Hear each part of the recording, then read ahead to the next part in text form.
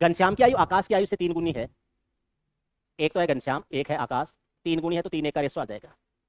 घनश्याम 10 वर्ष पहले, ये तो आज है, 10 वर्ष पहले यानी -10 वर्ष पर 4 गुना थी। अनुपात कितना था? 4:1। उनकी वर्तमान आयु में अंतर क्या है? यानी घनश्याम माइनस अजय ज्ञात करना है आज। आप इसको एक्स मान के भी कर सकते हो, ऐसे भी कर सकते हो, लेकिन एक चीज ध्यान रखना, दो आदमियों की उम्र के बीच का जो अंतर है ना, वो कभी चेंज नहीं होना चाहिए, वो कांस्टेंट रहना चाहिए। वो एक्चुअल में भी कांस्टेंट रखना है और रेशो में भी कांस्टेंट रखना है। यहाँ अनुपातों का अंतर कितना है? 2। यहाँ अनुपातों का अंतर है 3। 3 अंतर है तो उनको तो 2 से गुणा कर दो, 2 अंतर है उनको 3 से गुणा कर दो, तो ये तो आ जाएगा 9 और 3 आ जाएगा। इधर करेंगे तो 8 और 2 आ जाएगा।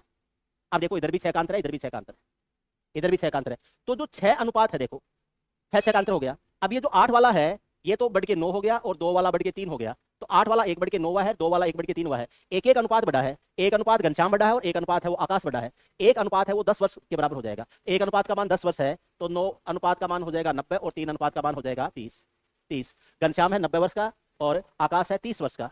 ठीक है, अब पूछा है वर्तमान आयु में अंतर कितना है। एक सिंपल सी बात बताऊं क्या आपको, अंतर हमेशा एक जैसा ही रहेगा।